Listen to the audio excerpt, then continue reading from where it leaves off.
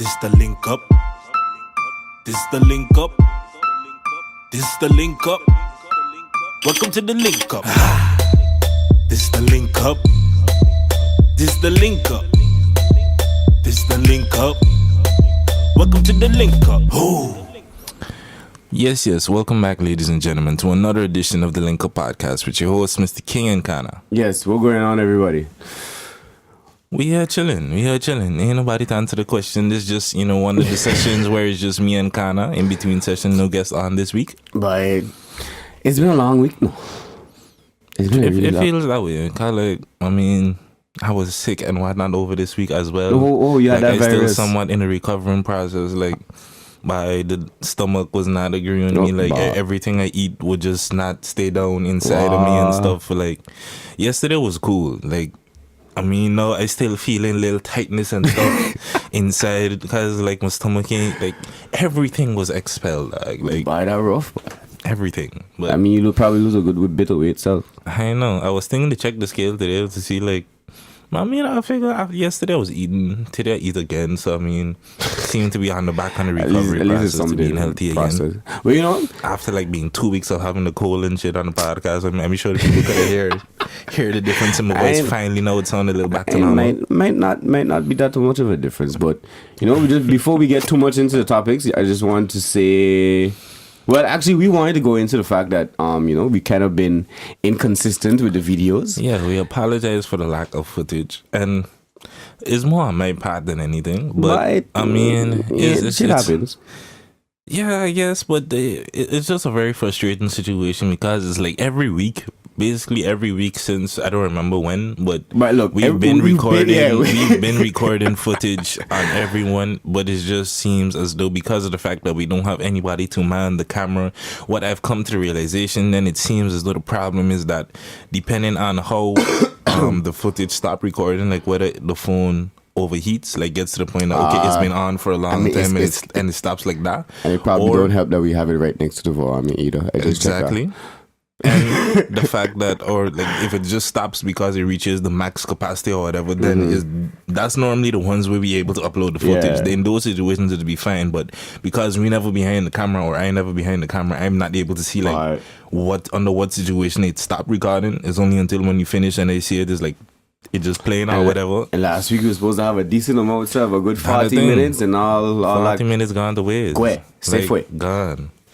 But the good news is a camera has finally been, for the people that have been hearing the talk of the camera and stuff, a camera has finally been ordered. So hopefully all of this will be sorted out soon in the upcoming episodes once you get a little hang of the camera and, properly put the thing into function. Give us 2 weeks. 2 weeks. Yeah, I don't think it should be too hard to figure out how to, set video, press record and stuff. But it'll still be new. And I ain't come yet. The people tell me that they gave me a large ass window as to when this thing is going to be coming. So I ain't know when exactly to expect it. But yeah, that's our footage situation. We trying. It's not that we trying to be inconsistent or whatever. We have been trying. There's just been lots of technical difficulties that's been plaguing us, and we trying to figure this thing out as we go along. So we as it goes, we go into thing, and since we're going from phone camera to actually, a normal, proper cameras, we progress it in this podcast thing. Yes. Hopefully it stays on that upward trajectory. But I can only go there. We kind of literally started from the bottom. Now we here. Huh. Yeah, I agree. Shout out Drake. Speaking of shout out, big up the homie Link One for his birthday yesterday. Big ups all the best and on all that, and shout out to my brother, Mr. Woods, for, he made birthday a couple of weeks ago. And I was supposed to shout out somebody else, but I can't remember. So my bad if I forget about it this month. Did we do a birthday shout out for my birthday? No, we didn't do one for my either, but it's okay. I'm just checking mine passed. Well, what, two, hey, shout out Mr. King for your birthday. How was it spent? It was quiet according to me, if I remember. What could I do? I think me and the young lady, we just chilled at home. It wasn't nothing too special. I think she was busy studying for exams and whatnot and stuff. So I ain't even want to hear that word no more. But man been burning candlelight at both ends. Going sleep at 3 o'clock, waking up at 6, going to work for 8. having to study at work. Life hard out there, you know. Sounding ridiculous. Right? This is what you gotta do. And man's trying to pass. Man's not trying to finish. That's the goal. I mean, all right.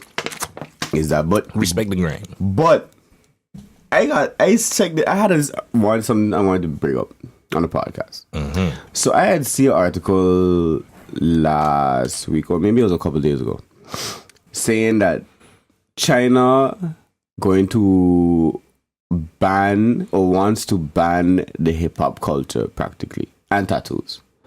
Mm-hmm. So what it mean? Let me give a little bit more context to that because it's a bit vague how I explaining there. How it is, from what I understand from the article, there seems to be one really big publisher or like media company in China that is really regulate what people could see and can't see and stuff like that.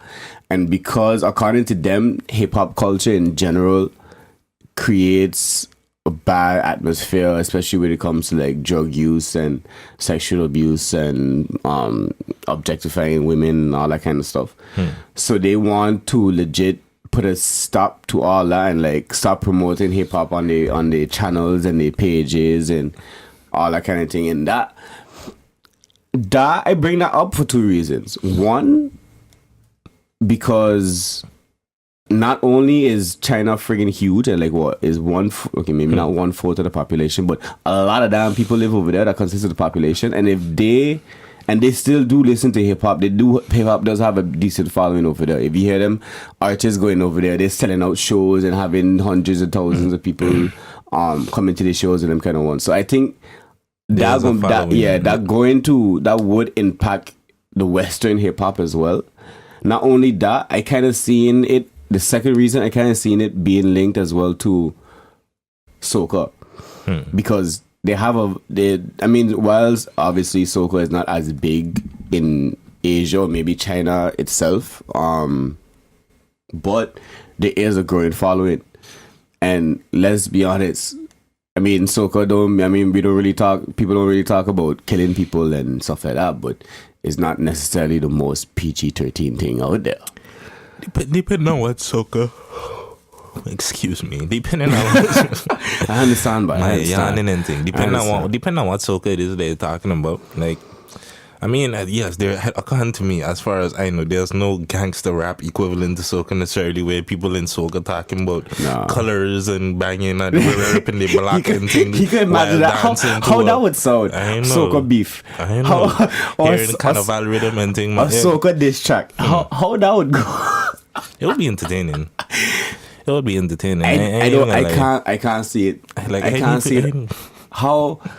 Like I hear. Okay, so for anybody who didn't know, you yourself didn't know, Red Eye Crew, you know, they drop a new track. Yeah, artists from it's hard that they drop a song from SM. For those who has been following recent podcasts, but very big group from St. Martin that's pretty big in Europe. They drop a big carnival tune. First of all, it odd because they sample the fucking Titanic song. So is odd. That's a unique approach to a carnival song. But how they do it is sick, but how they put it together is sick. See, no, you got me curious to go listen. No, you definitely should check it out. I saw that they drop it, but I was like, okay. But I ain't gonna have that one on repeat for a while. I think I'm gonna stick with it. And I saw the other homie, them man dropped some new music as well. Yes. The family, and you know the family all around. Solo Queen and General Pie and Zav on the beat. That's another big tune, or you should go listen to it, download it, buy it. New Island Hip Hop. I know if they have it on iTunes. They have it on iTunes? I have no idea. Like I saw it on SoundCloud. I listened and. But either way, shout out Zav, shout out the family and the homies there on the track, Solo and General, and of course you know the boy them girl. But yeah, I should go check that out. I showed all of them have it on their respective social media pages, so you can always go check it there. Or just go on SoundCloud. That's where I got it. I mean, that's where I listened. I went and checked this stuff. I ain't really up with that. But anyway, so yeah, that whole thing. I don't with the whole like the whole no even the soca and thing. That is potentially they could have the same feel towards soca as the whole thing, and like. If we even reach there yet, if soca even reach that high yet, that might just stop the growth period. I mean, okay, cool. China ain't all of Asia, but I mean, yeah, but I feel like this could simply have a similar effect to. It might make it harder for certain people and stuff to access, but I'm sure there's going to be a little underground club here and there or something, or the house party or something like that, where they might still have the hip hop scene, or maybe a known soca or hip hop DJ or whatever it may be that playing those type of music, hip hop, soca, dance, or whatever. Well, I mean, soca and dancehall wasn't necessarily mentioned in the article. I just link it in. Similar music genres, or I guess black music genres that are, I guess, very different culturally compared to what China may be accustomed to. Yeah, I think that's the similarity. Yeah, I think it's extremism, because like hip hop is the guns, the drugs, and this and that, and then I would disagree with that, because to me hip hop isn't extreme. Hip hop is explicit in the sense that music. Yeah, but I think music for as long as we can remember has been about sex, drugs. Like rock and roll, for example, was a top genre for years and years and years worldwide and stuff. And we know what sex, like blowing his head off with shotguns and things like that. I mean, like these are the type of stories associated with like is ridiculous amounts of drug abuse. No, hip hop really becoming like just pushing drug use and stuff like that. Earlier it was, there's the whole gangster rap that the old heads having with the young ones, because like now everybody's a user versus back then they were selling and stuff like that. So it's like that there was always drugs in hip hop, but I mean the context with which they was being used is a different context now versus back then. To me now is a lot more rock and roll, like, and the stuff is more about the consumption. I don't think none of them rock and roll dudes was drug dealers. That's just my opinion. I don't think none of them was that. So they were just more like, we on acid, we on this, whatever drug it was they was on. And like, to me, that's why I feel like the banning of hip hop, the only difference is that hip hop is a more explicit culture, in the sense that, like, if you listen to The Weeknd's music, for example, he talks about drugs and stuff, and even that's still pretty explicit compared to, like, if you look at the songwriting and stuff, if you look at a couple years back, 10 years back, they would talk about taking drugs and things. They just would not say that they would talk about sex and things. They just wouldn't say eating a booty like groceries. The way that they would phrase it and stuff like that 10, 15, 20 years back. The main difference between like 90s R&B and the type of R&B we listening to now is like the explicitness. It lending a lot more of that explicitness from hip hop, whereas like if we thinking fuck the police, we're gonna say fuck the police. We're not going to say we disagree with the establishment, or like that's all I'm trying to say. And that's to me the main difference between hip hop music versus whatever else that's been talking about drug use and sex and violence and all of these things. It's like more raw then is where you. Is another way to say what you're trying to say. Yeah, and as people will say, what was Columbus listening to when he was coming over? Like caused him to feel such a murderous mind state and stuff like that. What was he listening to? Like, people just blame hip hop and stuff for like it's violent, it's drug, it's all of these things. But what about the millions of white suburban white kids that have no knowledge of anything, that don't be influenced by that because they don't, they just see it as not even that. I mean, that listening to hip hop because like we know they're some of the largest consumers of hip hop music and stuff. When you go to a hip hop concert and you see the amount of white people, you'll be like, but I didn't know this music resonated with you like that. Yeah, but that's okay. I know they're the like the most concert goers and stuff like that when it comes to just money spent on music and all of those things. Not only this, it'll tend to be that target white group. people, the majority. I mean, if we talk about the West, yeah, most of these countries, yeah. So I mean, it's understandable, but yeah. All of that is what I mean. All of these people out here listening to hip hop, all of these people out here gang banging and doing everything. Like, I know there's a couple little pumps and stuff out there, but I mean, ain't everybody on that. So this is what I'm trying to say when it comes to like the effect people trying to paint hip hop as like, okay, you're the culprit, you're to blame for this type of behavior or violence or whatever it is. But that's just people who either one, ignorant, or two, just don't know the history of music. Because like you previously said, I mean, rock and roll, that's big. Like rock and roll had that spotlight, but maybe because it was more rock and roll was more of a Caucasian something, it was like, oh, it's okay, it's just doing drugs. But because hip hop is more associated with like the dealing itself, and the dealing, not only that, is glorified as well, more in the music. But all depends on who you listen to. okay, as I would say the dealing is more glorified in general in hip hop than, for instance, any other genre. Like, because I would definitely say, like, I'll always defend hip hop, but I can acknowledge its faults and errors. No, but I mean, you could still think and be objective. To me, is like, yeah, there is. I can't think of any other genre of music that talks about drug dealing and selling drugs and none stuff like that the way hip hop talks about. But to me, but not only talking about it, glorifying it. There is no genre of music that talks about anything the way hip hop talks about it. To me, hip hop is the most important music in the world because hip hop is the music that says the most. There is no. Well, you might want to criticize the lyrics and stuff that are within hip hop music. What genre of music has more lyrics than hip hop? Just literally more words. When singing music, when you can stretch out one word, but in rap and stuff like that. Why is shouting in the mic? What? But in rap, when you can say the same crap over and over, I mean, if you listen to Gucci Gang, Gucci Gang, Gucci Gang, Gucci Gang, Gucci but then, Gang, can't you argue that same thing for the singers as well? No. Why Gucci not? Gang is trash. That's not what we're talking about when we're talking about hip hop. If you're talking about, put that next to the song. I hate the fact that I always forget the name of this song, but it's one of the dopest songs Nas ever made with a man rapping about the perspective of a gun. Stuff like that would not exist nowhere in no other genre other than hip hop. You can be like, oh, well, this. I could argue dancehall. Possibly, and we already talked about the similarities between dancehall. And we know that Africa Bambaataa, one of the founding fathers of hip hop, was a Jamaican man who got the idea from how hip hop started, from looking at the dancehall, the DJ culture and thing that was over there with people with the sets and thing, the portable sets, and that's where hip hop started. The real selector days. Them man start from Jamaican culture. So to me, ain't no difference.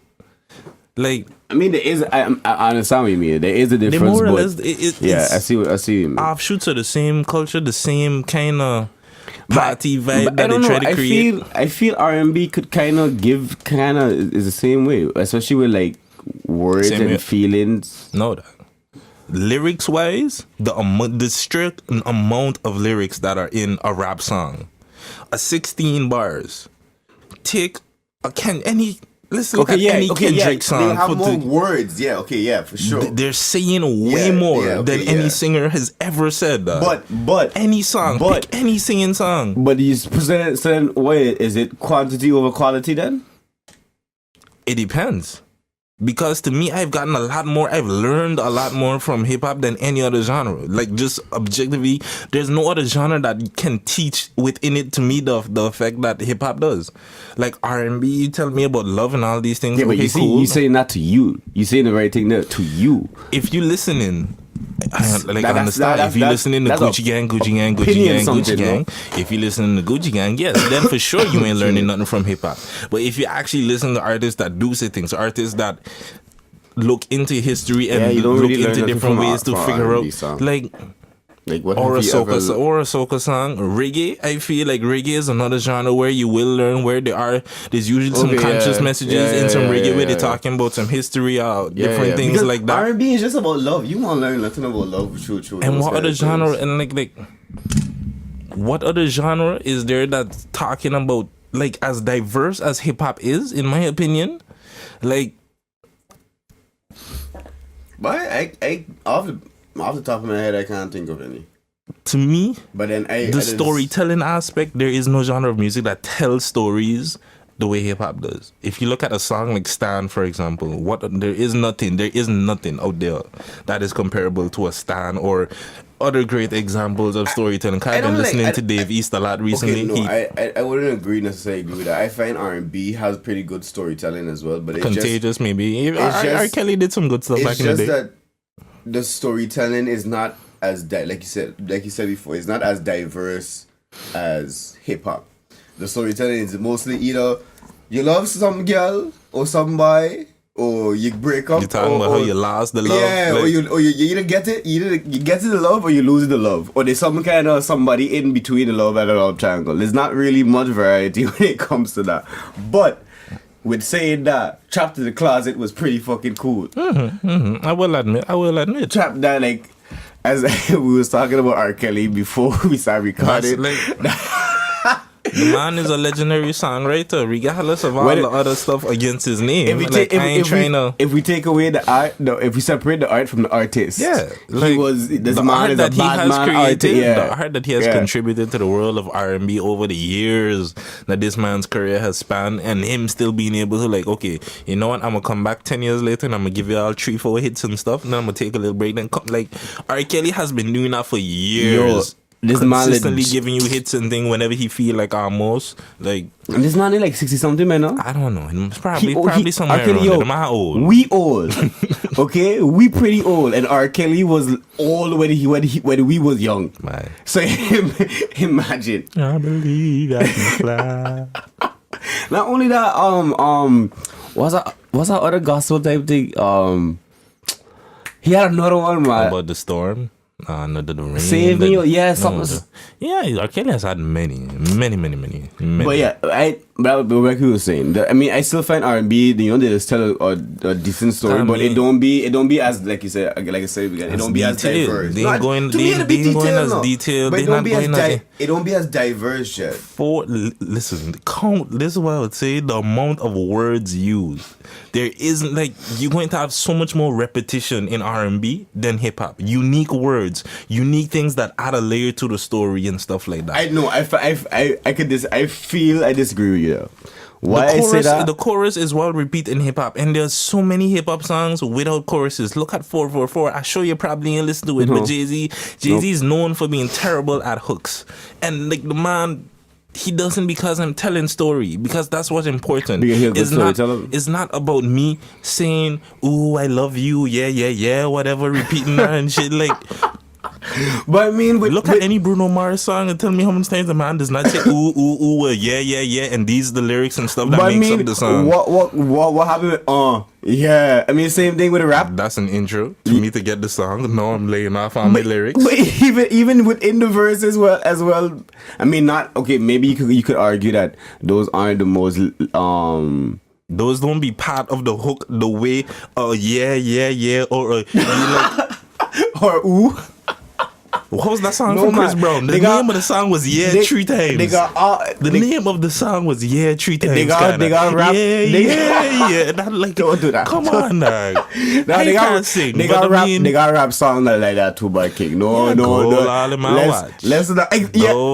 Whatever. Like, snap your fingers. To the window, to the wall. They got those things too. But Lil Jon, the only thing you could the only leg you have to stand on without, I find, is that it is definitely the diversity. Like, there's no way. Find me an R&B song. Find me a singing song. Doesn't have to be R&B. Find me a singing song that tells us the complete of a story as Stan. Fine. When you can do that, then Stan? I don't. When you can do that, then I'll agree with you. You never listen to Stan? Eminem song with Dido, with the man talking about the super fan that he has. Like, wow. Nope. Where have you been? Like that I have no interest in that shit. Like, these man don't help me in no kind of way in life. Okay, but how would Bounty between you? How would any dancer? How would any music? How are these people helping you in life? That makes me feel better. Those music make me feel, dancehall make me feel better. Rap don't, hip hop. Me personally, hip hop don't do nothing for me. True. But that's just me. Like, what you feel about hip hop is how I feel about dancehall. Well, at least old school dancehall and zouk.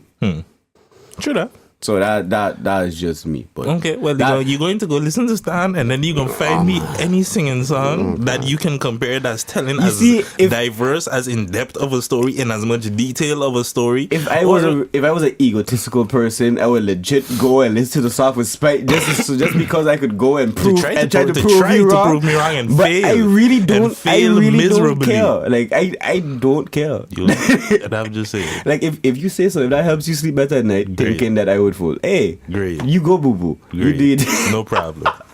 I'll take it however it comes. Like, that sounds kind of weird, but I'll take the accolades, the compliments. Let me be a little specific about what it is that I'm referring to. Yeah, these days you gotta be, detailed. You can't just make things out number. I was never one of those pause people. I find that shit so retarded. saying something and pause like, no, am I 12? I never used to say pause. Or the say no homo. Yeah, like, I used to put the no homo. I ain't gonna lie. To me, they're both equally as stupid. I like, mean, can we not really just be grown? Can we not just be grown people and have a conversation? You understand what the context in which I use the word, so I don't need to.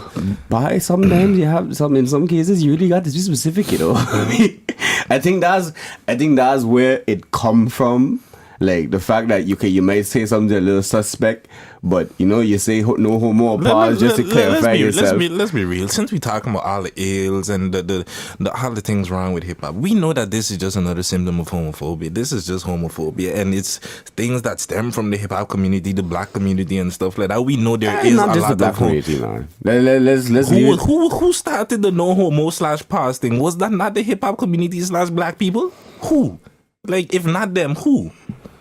We know that's where these things originate. Yeah, but like, I wouldn't we want... know there is a lot of homophobia. It may not be everywhere. It may not be everybody but we know it exists. No. I didn't say that it don't happen in the black community. What I mean that don't put it on just... I mean, when I say not the black community, I mean don't put it on just the black community. Yeah, there are other people that don't like gays and stuff as well. Yeah, we're not the only people. Yeah, but no, how you make this sound like all black people don't like gays? But you see, if y'all was listening, I just clarified. We know it's not everybody, but we're not going to sit here and pretend that homophobia within the black community does not exist. But do you think is more of a taboo within the black community than, for instance, the Caucasian? Yes. And the Hispanics? I don't know about them. That's what I say. Don't put it just. That's what I'm trying to say. Like, don't say the black community, because that kind of makes it seem like we predominantly don't. I'm speaking on the people that I know. I'm speaking on people that I have most interactions with. I'm speaking on people that I'm most knowledgeable of. I know what happens within the black community a little more than what happens within Hispanic communities or Asian communities. This is why I'm speaking on what I know. Okay, well let me tell you that I'm aware that there is homophobia within other people, as I already said. Yeah. No, but I ain't saying you're going against it. I just let you know that's why I told you, don't just say the black community, because it's rampant almost in everyone. But you say you pause and no homo, and most slang and culture come from. Where does it originate? It originates in the black community. In these days, in modern times, most slang and culture and stuff like that comes from hip hop culture, aka the black community. American there culture. may be some Latinos and stuff mixed in and all of that or whatever. But most of the slang does come from you know any Asian slang? Like I don't know Asian slang. I ain't never been over there. I don't know what these people they say. No, but I mean, like we know like Spanish slang, or we know like Caribbean slang here and there, or things. You know any Asian slang? I don't know. What's Caribbean slang? Not necessarily, but I mean like if it's Swa slang. Yeah, like.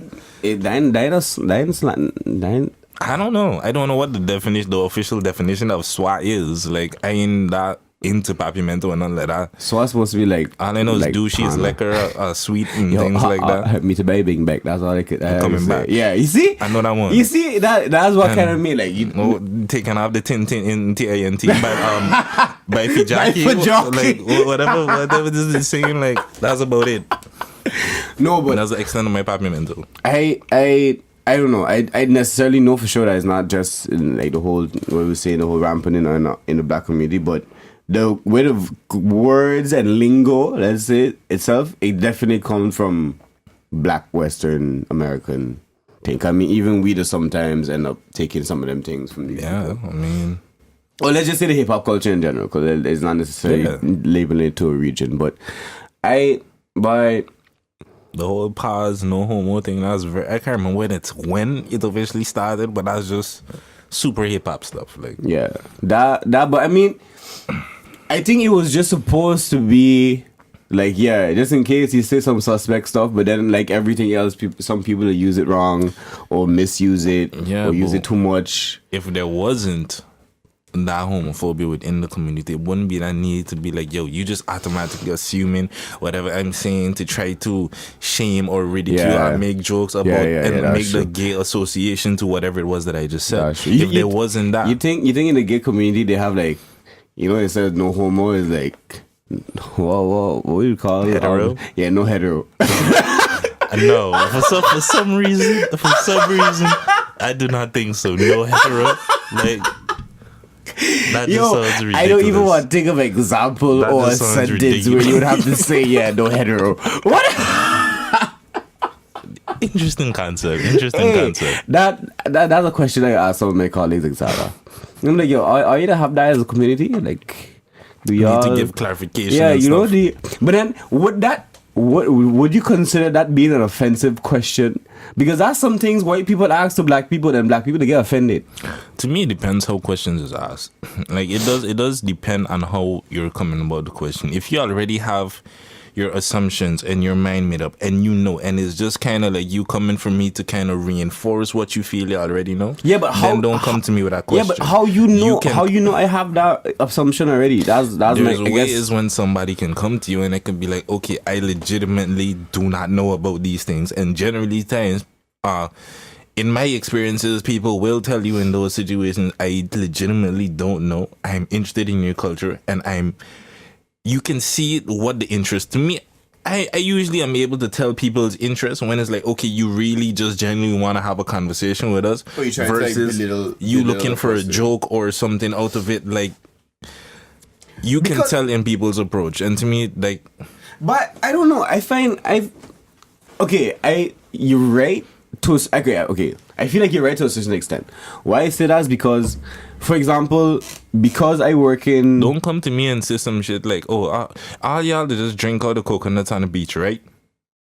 Okay, like, if you ask me a question in that way, that's you being an asshole. If you come to me and ask, what is life in St. Martin like? You know, I've heard about it. I know this and this and that. You telling me that you acknowledging your ignorance and you want to be filled? To me, that's a different thing. If you come into me and telling me, yo, I'm ignorant on St. Martin culture, inform me, basically. Y'all just sleep in hammocks?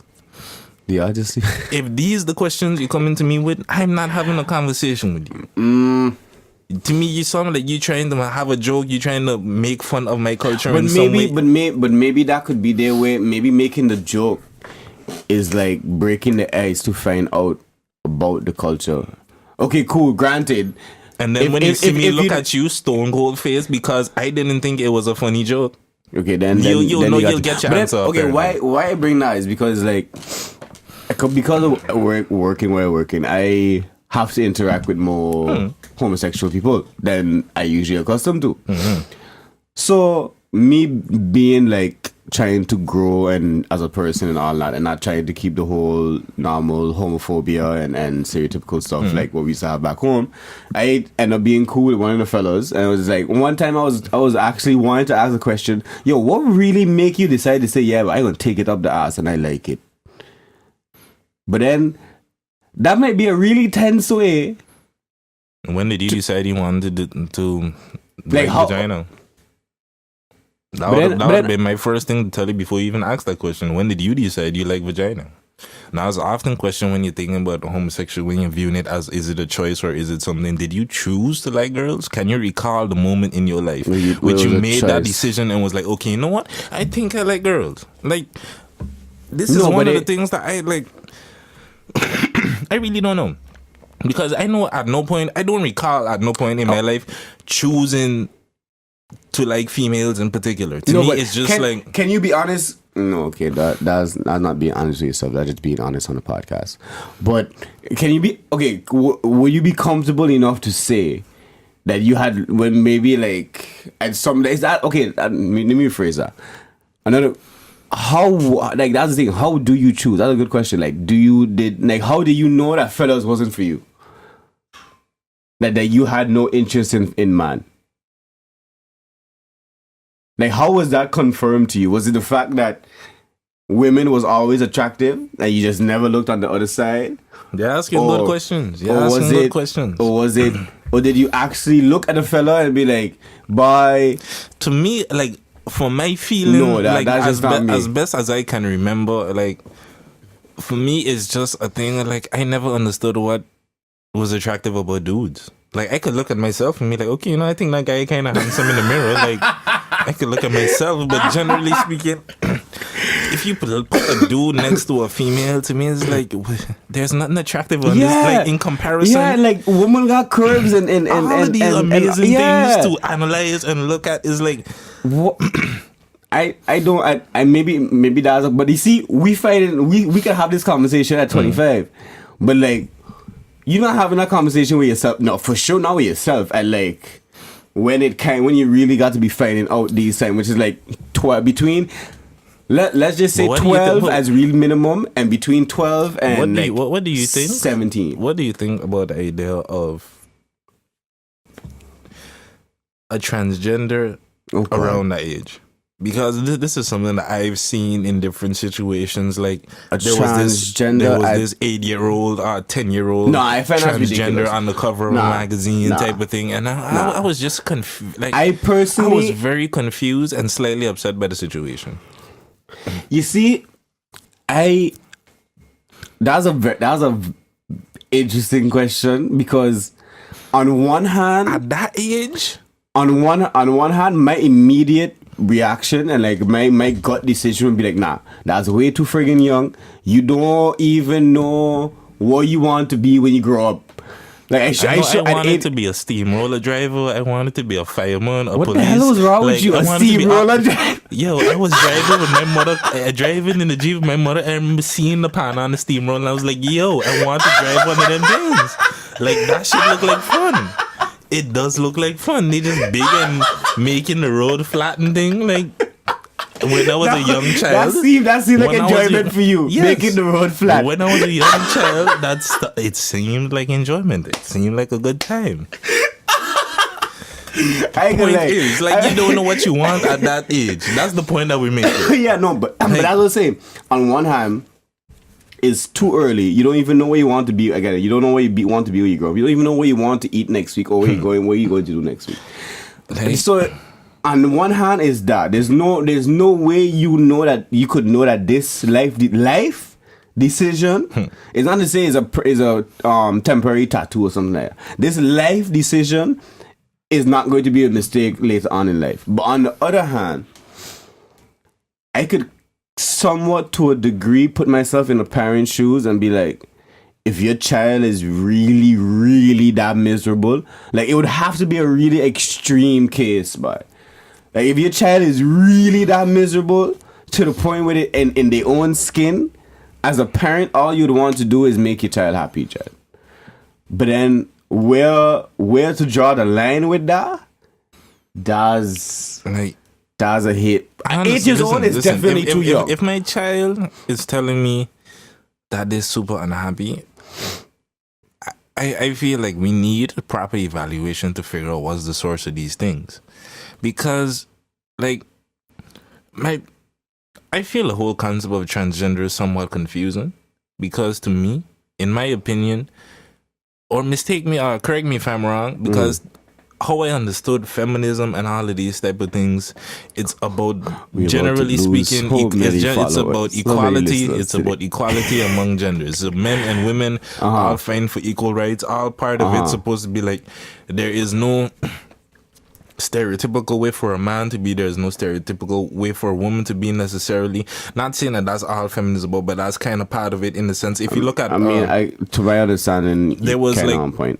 There was this speech I remember years ago that Hermione had made. Emma Watson. Yeah, that lady. You know, when she was announcing the he for she movement and all of that, and was talking about different situations where it's like, because of these strict gender roles and stuff, where men have to feel like, okay, you know, they gotta toughen up, or they can't cry, they can't be in touch with their emotions, all of these, you know, the typical, a man should be like this, a woman should be like this type of way, like kind of fighting against these things. To me, transgenders kind of defeat that whole purpose, because it's like, what does a man feel like? I've been a man 26 years.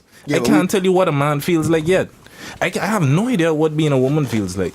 So how am I supposed to be like? But you see, I think you have to separate. I think you really have to separate it. It's either you're not going to generalize and treat everybody as a legit individual case, as a individual, as completely different from the rest, or you somewhat going to generalize and be like, okay, cool. A man in general should have this and this and this qualities. A woman in general should have this and this and this and this qualities. Well, I'm like, to me, the whole feminism movie is about all of that. It's supposed to be like, listen, if you are a sensitive man, then go ahead. Don't feel ashamed. Like, just be comfortable in being the fact that you're a man who's in touch with his feelings. Or if you're a woman that likes race car driving and fixing cars and all things that are supposedly stereotypical men activities or whatever, just go forth and be you within that. Like, be the more masculine, quote unquote, type of female, if that's what it is, because gender roles supposedly and all of these things, it's all social constructs, it's all things that we impose on people. How can you then tell me you feel like a woman? What does feeling like a woman feel like? Are you getting your period? Like, to me, that's the only thing I can think of that stereotypically that's okay. This is a uniquely female experience. That's a physical. Okay, yeah, you're right. It's a feeling. It's something that you can feel. What I mean, it's a uniquely female experience. That's the only thing I can think of. You're right, it's a uniquely female something, but at the same time, that's still not necessarily a feeling. You could feel like you have your period, yes. You could feel you could feel the pains and I get what you're saying. But like, what else is there? Like, I understand what you're saying, the point you're trying to make, but what else is there? What would be a better example or indication of something that, okay, this is what it feels like to be male, or this is what it feels like to be male or female? Because I feel like talking to men, in my life, in my experience, talking to females and stuff like that, you do notice certain types of things. Are like you may have made certain statements like you don't know what it's like to be a man and stuff like that. And I feel like those are statements that can be somewhat legitimately backed up if you look at socialization. If you're just thinking about, okay, I know what I feel, I don't know what she feels. Because if I make that statement, for example, that's assuming she don't feel. Anybody can make that statement. Yeah, anybody can. But that's assuming that whoever it is you're talking to doesn't feel whatever it is that you feeling. For example, when males talk about sexual drives and urges and are they sexual beings versus women and stuff like that, there's like many women are probably more sexual than most guys out there, but it's out there. It's like guys allowed to be publicly out there with the sexual exploits and adventures and stuff like that. Because of the social construct, because of how society deemed themselves to be. So like, but like for example, example that I would have a question then would be when you look at testosterone, because testosterone is normally attributed to a more aggressive behavior and things like that within men. Like, or that would be the reason why I guess a guy horny and you know they find it harder to control themselves in a certain way than a woman, because women don't have to start. Like, would you say that there's any legitimacy that I would like do you think, like, I don't know. Yeah, I think not like feeling like a man? I think I see where you're coming from, because you would have to know that a woman doesn't feel what you feel. Like, yeah, but you see, I think I understand where you're coming from. Because at the same time, while you were saying that, I was thinking of something there, like the whole thing, like what it is to feel like a man. And an example I had was like, I like to destroy shit. Like me personally, I like to destroy shit or like set things on fire. Nobody teach, like, I like that from since I was small. Like, as far as I can remember, I had liked that from since I was small. So according to me, that was not a learned behavior. So, but then growing up, come to realize I wasn't the only, that's a typical man something. But then maybe we could attribute that to feeling. But then when the sly guy tells you about his, like, you know sly guy sisters and like these people's up to all kind of mischief and thing, from lighting the bed on fire and thing. Sure. I mean, I remember the time Screw told me the story. Guy, he was there by the house at that time when. Shout out to that. Like, I mean, bye. This is what I mean. What is acting like a man? What is acting like a female? Who makes these decisions? How can this child at the age of 8, when he doesn't even know what it is, decide, okay, I don't feel like a woman, I feel like a man? How, like, what are you talking about? But there's some things that, because of history, you could somewhat attribute to, no? You can say, but then that's going into the same thing that, okay, so you just want to enforce all the gender roles at one moment, because oftentimes these is people in similar groups. Not enforce gender roles, but accept them for how it is. What I mean accept, I mean like, all right, it's known men like to fight. Yes, they have women. They have women. My thing is, it's not known, Kana. It's not known. This is a lot of this new form of education and stuff being passed on. All of the gender, if you ever went gender studies class type of stuff, like being broken, like, but then gender is fluid. But then what we don't just have man and woman. Gender is fluid, and we can exist anywhere on the spectrum of gender fluidity. And there is no, it's just social constructs. This is what is being taught now regarding like the difference between gender and sex and stuff like this. At the same time, I find those social constructs, while they are man-made and all that, to me, they kind of come from like girls, like boys, like wear blue, women wear pink. All of these type of things that go along. You give your girl print dollies and stuff like that versus a gun, a water gun. That is taught behavior. But what and I mean, how can you not say that the lighting things on fire is not the same thing like that? Well, that's like the example I was saying previous. I know personally me. Because you can't trace the origin. That does not mean it's not a learned behavior. You, at this moment, are not able to identify, okay, who was the person that taught me this? Or you can't trace the origin right now, but that does not mean... I can't necessarily say that anybody was around me that used to fight like that. When I was smaller, I always had interest in like martial arts and stuff like that. I mean, I had an older brother who used to do all that kind of things, but I never literally see him fight. Maybe you're right. Maybe it's true, like... conversations. I'm not trying to say like I know where it came from here. But I mean, just because you can't trace the origin. I really try to be objective about it. I really try to think about it. So it's like maybe somewhere, again, because I have an older brother, you know, his friends and stuff like that, maybe seeing what they was doing or hearing the conversation they had here and there, maybe that's where it stemmed from. But according to me, I never really had nothing in like for instance, football. I could say for me, football was a learned something because I had people. My brother used to play it. My sister boyfriend, my sister boyfriend at the time used to play it, and you know, I'm a decently athletic person, so it was I like it. But whereas in fighting now, I never was really a violent person or even a violent child. Like I was legit a little. I mean, we going into whole stereotypes and stuff like that. But I mean, I was a little female. What? Like maybe that was it. but I still, just because I never got into confrontations or never looked for the confrontations or more passive than anything else, doesn't mean I didn't like to fight.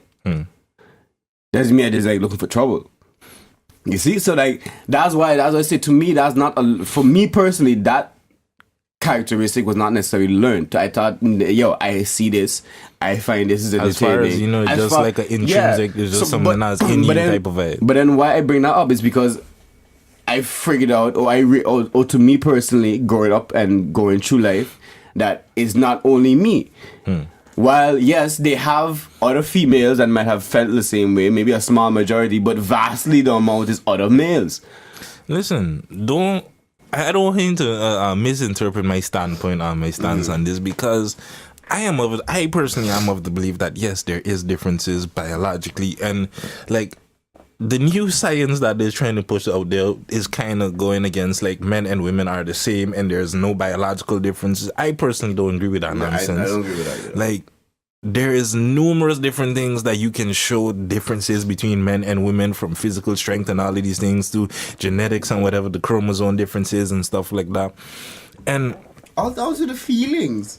Okay, cool. I can't say that because I don't know what being a female feels like. I can never say. No, when I mean emotions.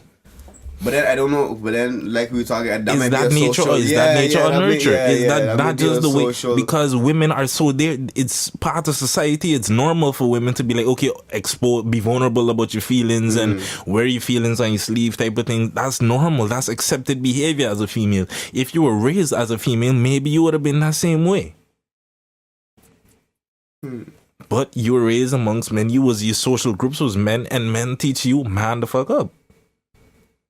Yeah, but that's the thing. Somebody can hit you and thump you and thing and be like, you gonna cry about it? No, hit me back. And I know I used to cry about it. Screw that. I used to cry. I ain't even gonna lie to you. I used to be one of those. I used to cry about it. But that's the thing, man. Like, okay, even somebody like me, like I could be straight up with this. I don't have no ego when it comes to that. I said an emotional fella. Like I've come to the conclusion I was an emotional guy. But that doesn't necessarily mean that I just sit down and cry all the time, but it just means that whether is I could easily be happy, I could easily be sad, I could easily be depressed, and like emotion, like that's just me. I just fucking emotional. But then the stigma how it is now is like, yeah, you gotta be manly, man the fuck up, or like you can't be dwelling on them kind of things. But that just because I just do that don't make me any less of a man. I was having a similar conversation with a partner recently about the whole idea of when you look at society and thinking about the not consolation prizes, but I forget a word, but you lose a participation trophies. Like that whole concept of like the society we getting where we kind of coddling people so much to get to the point where you got this entitlement and people getting softer and softer type of way, and like kind of taking away lessons from the people with things like a participation trophy. It's like, yo, you lost. You supposed to get nothing. The winner is who gets something. Like in a competition, you don't come in 8th place and when there's 8 people and expect the same thing. Like, yeah, but that's where the winner get a bigger. You see that even that one too. To me, for me personally, that's an iffy subject because, and maybe this is just my upbringing, or maybe this is my emotional side as well. But to me, it's like, okay, cool. The winner is a winner, yeah, you know, you need to give them the props for either being better or putting in more work to become better, or whatever the case is. Because there's lessons in loss. Yeah, but then at the same time, I know as somebody who lost a lot, especially like, let me give the example why I feel this way. So there was, they used to have the video game competitions in SM. The last one I remember was the one by the bowling alley. That one will always stay with me personally because even though I get my ass kicked in every freaking game I play, I still got trophy. I still got a trophy, not necessarily for I think it was a participation trophy. Yeah, it was practically a participation trophy. But that made me feel good still because like, boy, you know, other people was there that was better than me and everything, but I still get something, you check. So it's like, and that might, even though it might have not boost my ego to like, yeah, I the best at this game and this and that, but it still didn't make me feel like, I ain't no good at video games, or I know, and everybody, I mean, not everybody, but if you know me, you know that was my shit at one point in time. Gaming was my thing, especially like shooting games and them kind of one. So it's like getting that trophy allowed me to not beat up myself too much and still continue to what I want to do. You check?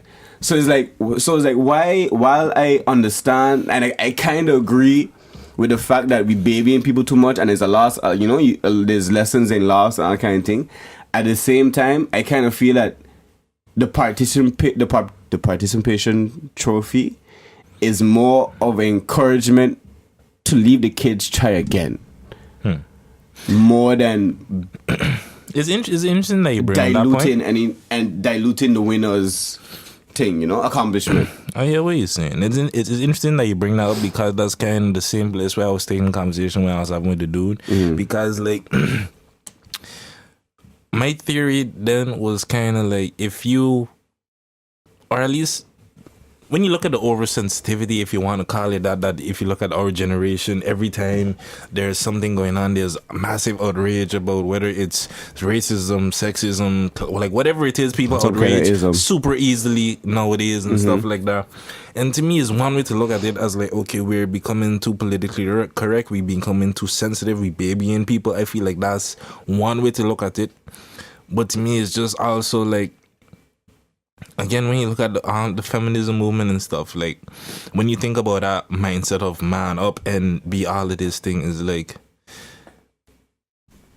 for what purpose? If we know here in this room being able to acknowledge that, okay, being raised with this type of mindset of, you got to be tough and it's like that kind of way, if we're able to see some of the detrimental sides of that, why would we necessarily want to raise our children with that kind of mindset? And to me, it's just that same concept that's continuing, for example. Yeah, like, but then at the same... If you was in the project, for example, you come up, if you look at a DJ Envy or Jay-Z, whoever you want to look at, you know, those type of experience, a rough environment, yeah. You now made it and stuff like that. Your children will not have to go through what you went through. Why would you want your children to have the same lessons or be brought up in the same way? Like, it serves them no benefit to have that same toughness, to be that same way, to exist in a world where that's not necessary. Because, for example, I will acknowledge that in some ways, being raised with that toughness or whatever in a place like St. Martin makes sense.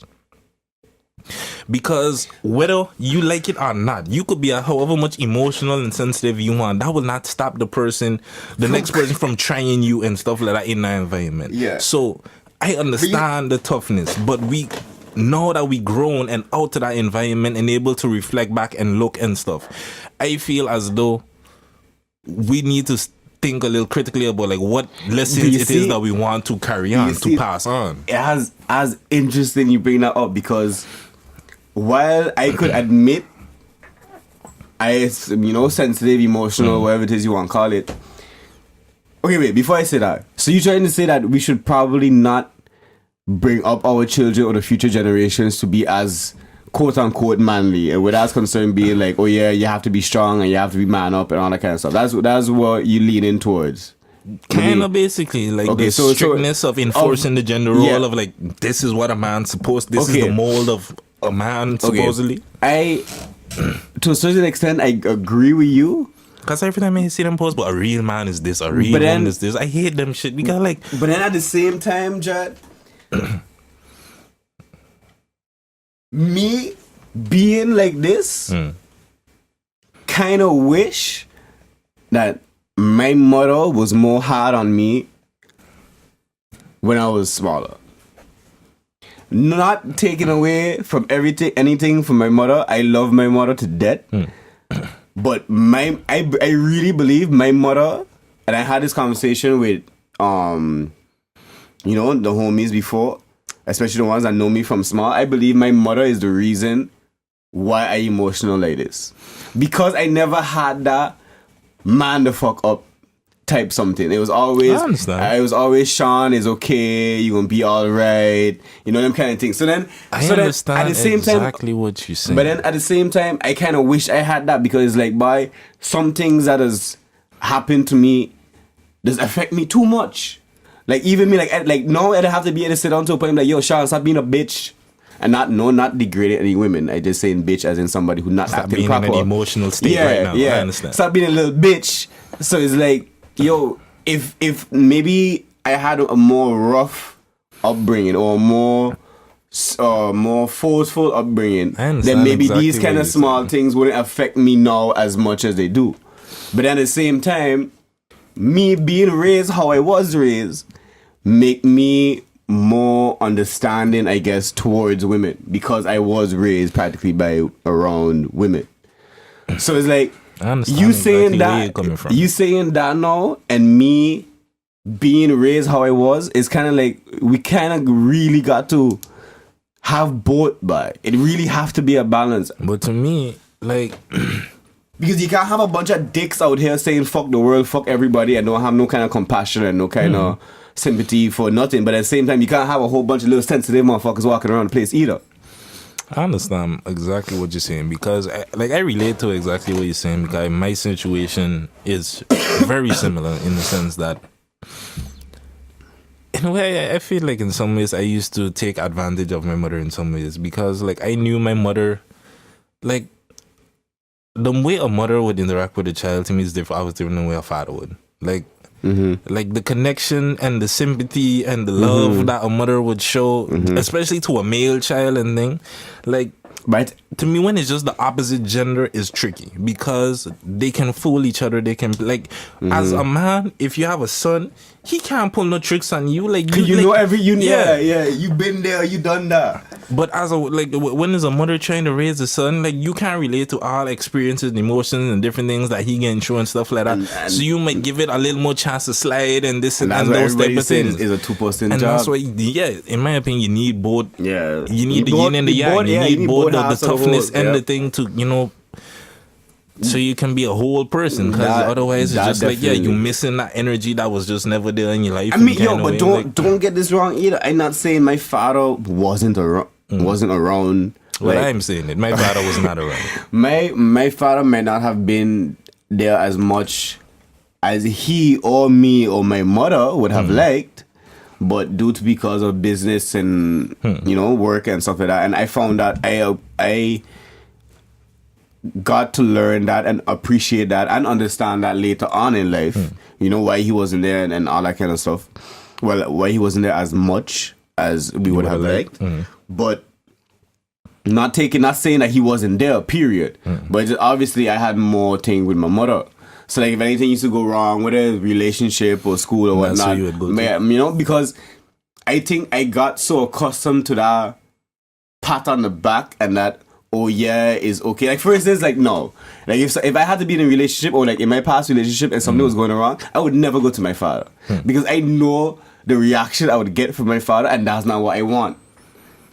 What I want is that, oh yeah, Sean is going to be okay. No, he wasn't wrong. No, this and that. So I'm going to my mother. I hear you. But at the same time, that might not necessarily be real.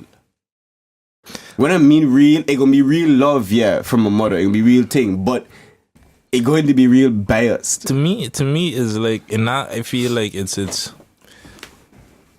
like I was talking about this with my girl. To me, it reminds me, like I was telling her, I feel as though I was raised in a stereotypical way of that was described in the Willie Lynch letter. I don't know if you're familiar with this piece of document, but this is something that was supposedly it's very debated, the origin, whether it's 100% authentic or not. This was just something that was made later or whatever. But supposedly it's a letter that was made by this dude Willie Lynch, who was a slave master, and it kind of describes all the techniques on how to break a slave, how to break them down, and how to keep your plantation in control and stuff like that. I might not heard of the whole letter itself, but I've heard like different talks and the ways it used to.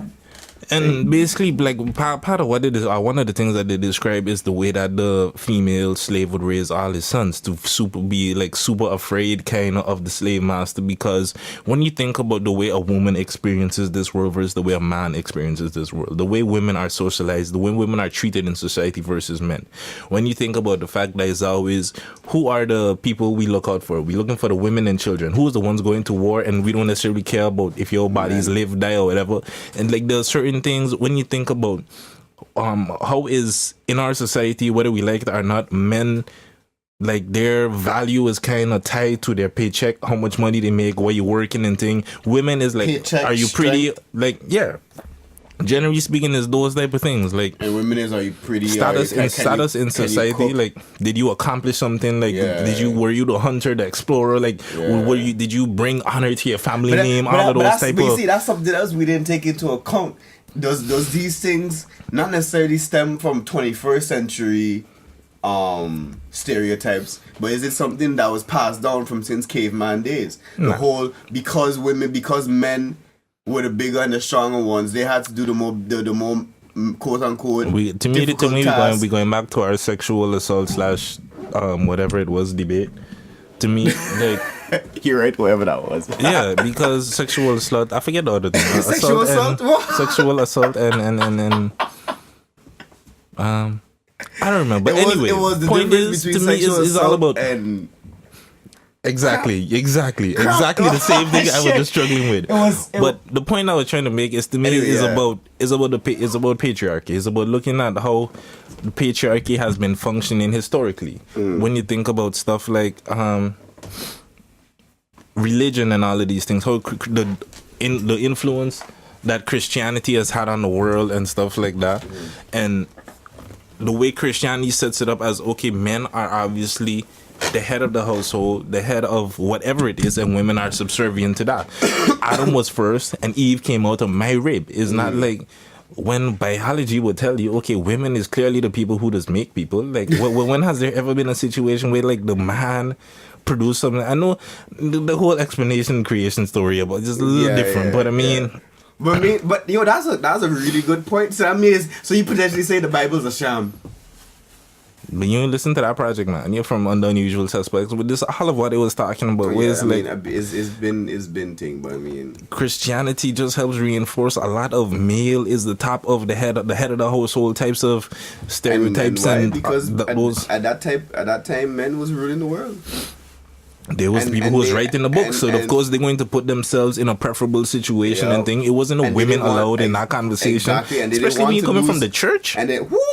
Like Roman Catholic, if you go in there, like they don't want no women in this room. You can legit only be a sister. You can't hold no kind of power. But, yeah.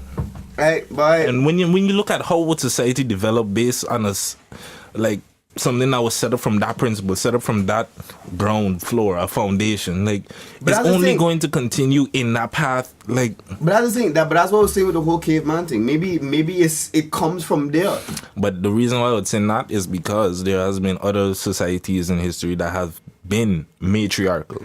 There's not always like from in ancient Egypt and stuff like that. You've had civilizations where the way women were viewed was very different. No, it wasn't as if you were just only weak and thing. Like we've been having and all that. I mean, she was the legit first queen.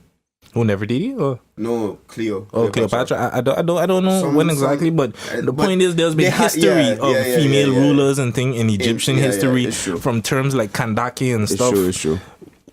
But I don't know about Africa then. I don't know. Is a, to me personally, is a real tricky something, because even with women in this day and age, if how we thinking, as for a man to have a daughter, do you raise her to be to think like a man and act like a woman, like how the Steve Harvey book? Yeah, the whole thing, the whole popular belief is to be the good way to be now, or do you keep traditional? I am going to raise her and give her my experience and knowledge from growing up as a man. And if you want to know about how do men think, I can give you that perspective, and that's what the mother is there for. And the other stuff is like, I don't know what it's like growing up in a woman, like just simple things, living with the fear of walking through a park and stuff like that, thinking about, somebody gonna rob me. Like, I've been in Holland for many years. I've never once walked through that park with the thought of,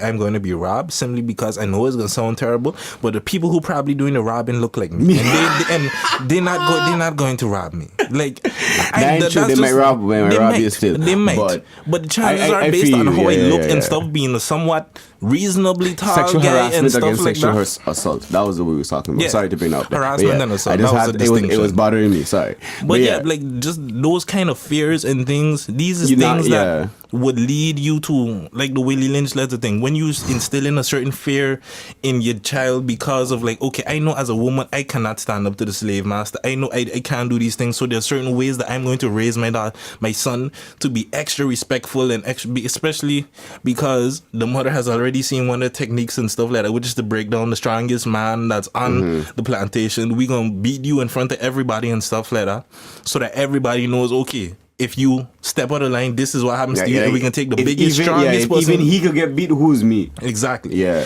And that is similar to you look at the kind of response when you see black mothers talk about police brutality, or how they raise the children to deal with the cops and police and stuff like that. You best respect, listen, it doesn't matter if you're right, doesn't matter if you're wrong, whatever it is, listen, obey, stay calm, do whatever it is. Because we rather, it all comes out of that place of fear, that. You know, that's it's true and sad at the same time, because especially it being sad where it comes from, we have to choose life over respect. And when I say weak, I never been in that situation, that specific situation with the police, but black people who have to deal with that have to deal with either we have to choose between life or being disrespected. Like the Black Lightning episode. Black Lightning episode. That was a perfect thing of it. Is how much they understand me. Black Lightning is a new Marvel movie that that stars a black man. Black Lightning. Honestly, I never heard of it before. Netflix just pop up with this thing watch I've this. Never heard of I Black never Lightning. heard of the superhero. It's nothing. And I mean, okay, cool. I can't say I was really in that whole comic book superhero world, but I know enough. But my question with then be wait. So all black superheroes gotta be black in the title. So we have Black Panther, now we got Black Lightning. So hey, Luke Cage. True. You're right. Luke Cage, and there was another one. And then there's other black superheroes and stuff. But I mean, you just either way. You just I just noticed Black Lightning, Black Panther. Like wait, two, yeah, two, and it just so happened that the costume is black. They're prominent now. Okay. Black Panther coming out soon. We explore the world of Wakanda whenever I come out. I still want to go and buy with dashiki. Just to wear to the first. So we ain't even talk about Monique then. But I think it was. I was going to leave that going. I was even going to mention that. We done on our own. Yeah. Because that's going to be a whole. Especially you and your whole.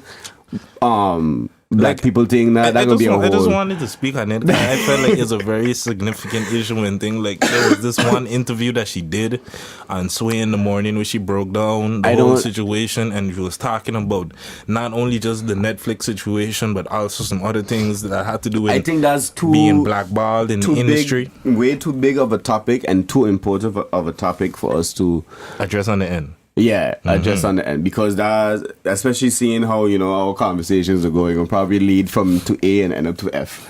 So True. I think just for our listeners,